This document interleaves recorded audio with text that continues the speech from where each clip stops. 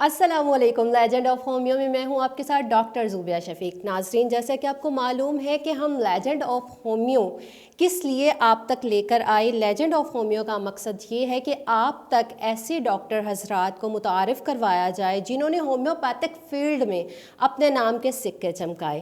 Homeopathic field جو کہ ایک بہت ہی وسیع فیلڈ ہے، لیکن آج بھی دنیا کی بات تو نہیں کروں گی کیونکہ دنیا میں بہت سارے ایسے ممالک ہیں جس میں ہومیوپیتھک طریقہ علاج کو، ہومیوپیتھک ڈاکٹر کو بہت زیادہ رسپیکٹ دی جاتی ہے، لیکن انفارچونیٹلی اگر ہم پاکستان کی بات کریں تو پاکستان میں یہ کام تھوڑا سا کم ہے۔ یہ رسپیکٹ اگر کہیں پہ میں کہوں تو تھوڑی سی کم دی جاتی ہے، وہ اس سینس میں کہ پاکستان میں ہومیوپیتھک کو وہ ترقی، وہ پذیرائی حاصل نہیں ہے جو دنیا بھر کے مختلف ممالک میں ہومیوپیتھک فیلڈ کو جو ہے وہ دی جاتی ہے۔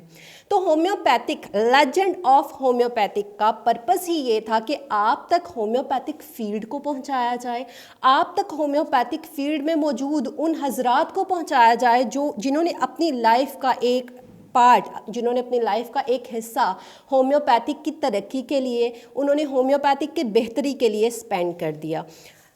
اس کے ساتھ ساتھ میں آپ کو یہ بھی بتاتی چلوں کہ لیجنڈ آف ہومیو میں مقصد ہمارا یہ نہیں ہے کہ کسی کی تذلیل کی جائے، کسی بھی شعبہ یا کسی بھی کیٹیگری کو ڈسکس کر کے اس کو ڈیگریڈ کیا جائے، بلکہ ہم آپ تک وہ چیزیں پہنچاتے ہیں، وہ سچائیاں، وہ پہلو پہنچاتے ہیں جو کہ ٹھیک ہے، جو کہ اصل ہے، جو حقیقت ہے، جو کہ دوسروں کے سنے سنائے نہیں ہیں۔ اسی سلسلے کو برقرار رکھتے ہوئے لیجنڈ آف ہومیو میں آج ہم نے جس پرسنالٹی کو دعوت دی ہے وہ کسی تعارف کی محتاج نہیں ہے۔ آپ صدر ہیں ایشین ہومیوپیتھک میڈیکل لیگ کے سنس 1993 سے۔ اس کے علاوہ آپ مینیجنگ ڈائریکٹر ہیں 3A ہومیو فارمیسی کے۔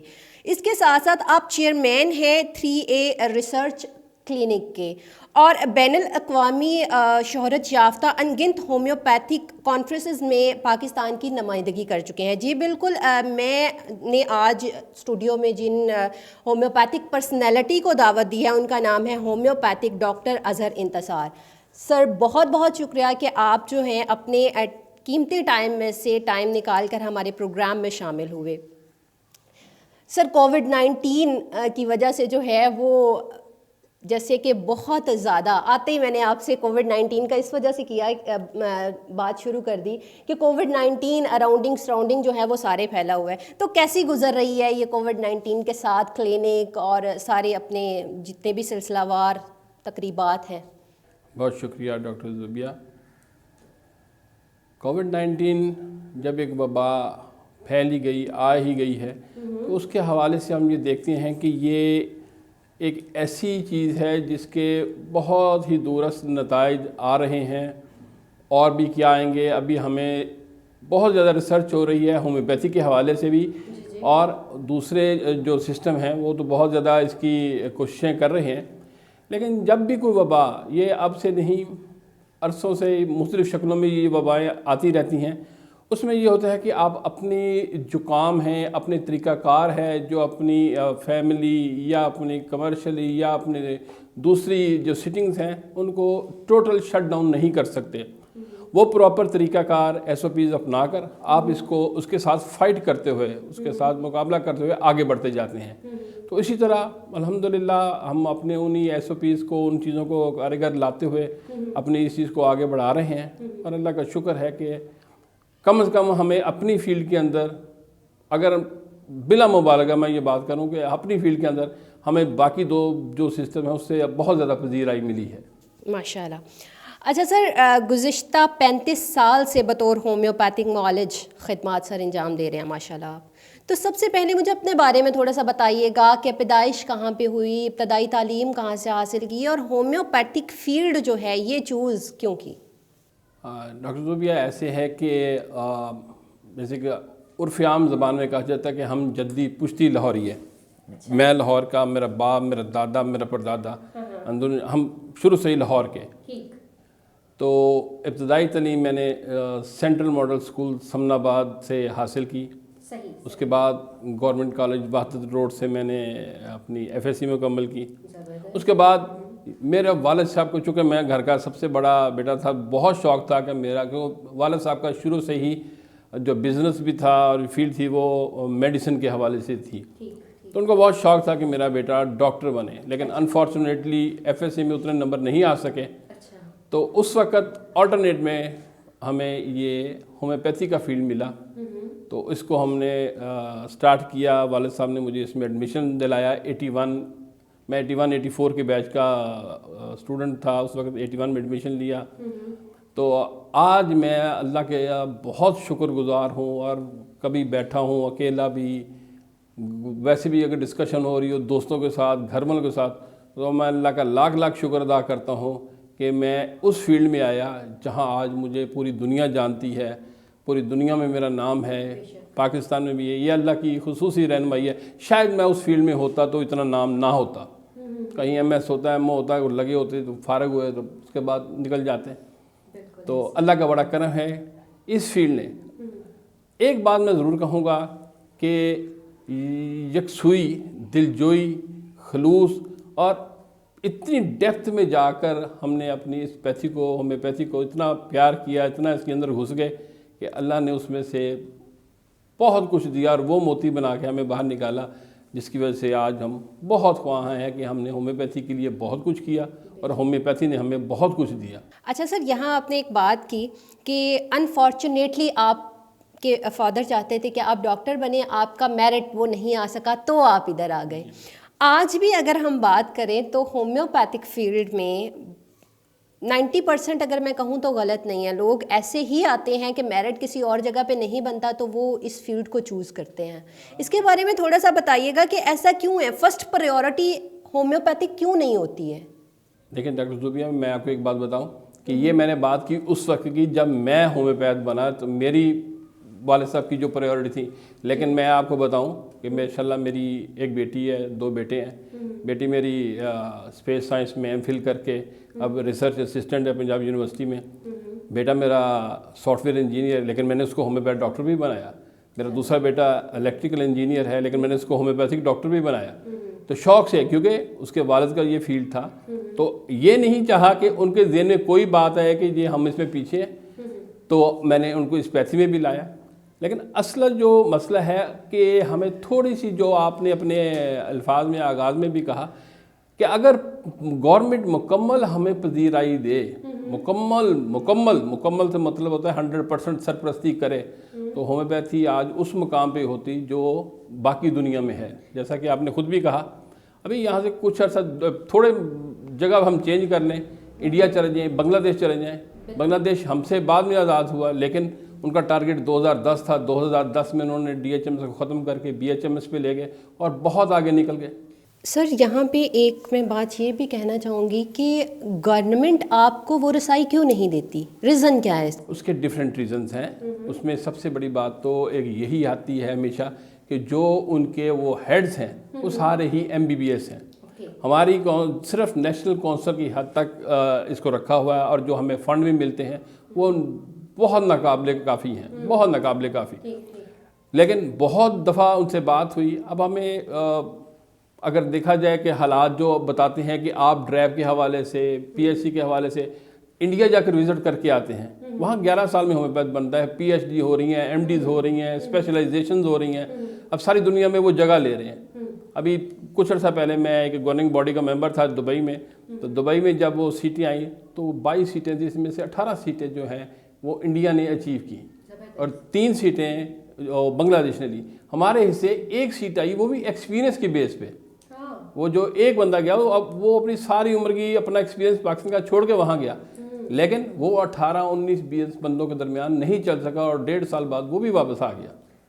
سر آپ کو کہیں ایسا نہیں لگتا کہ ان سارے معاملات میں کہیں نہ کہیں رول جو ہے وہ ہمارا خود کا بھی ہے؟ گورنمنٹ پہ اگر ہم اس چیز کو وہ کرتے ہیں تو ہمارا خود کا بھی ہے، ہم اس طریقے سے اس اسٹڈی کو لے کر چلتے ہی نہیں ہیں۔ جی دیکھیں ڈاکٹر زوبیہ، میں آپ کو ایک بات بتاؤں، جب کسی چیز کے رولز اینڈ ریگولیشنز بن جائیں تھرو پراپر چینل، پھر آپ ان کو ہی فالو کرو گے۔ اب جب آپ ایک پرائیویٹ سیکٹر پہ رکھو گے تو پرائیویٹ سیکٹر والا تو وہی کرے گا جو اس میں اس کو بینیفٹ ہوگا، یہ بات یاد ہے۔ ابھی ہمیں کچھ تکلیف آ رہی ہیں جب سے یہ پرائیویٹائزیشن ہوئی ہے، MBBS کے حوالے سے بھی ہمیں بہت پرابلم آ رہی ہے۔ ابھی پچھلے دنوں جو سانحے ہوئے، یہ بھی اسی چیز کا ایک حصہ ہے۔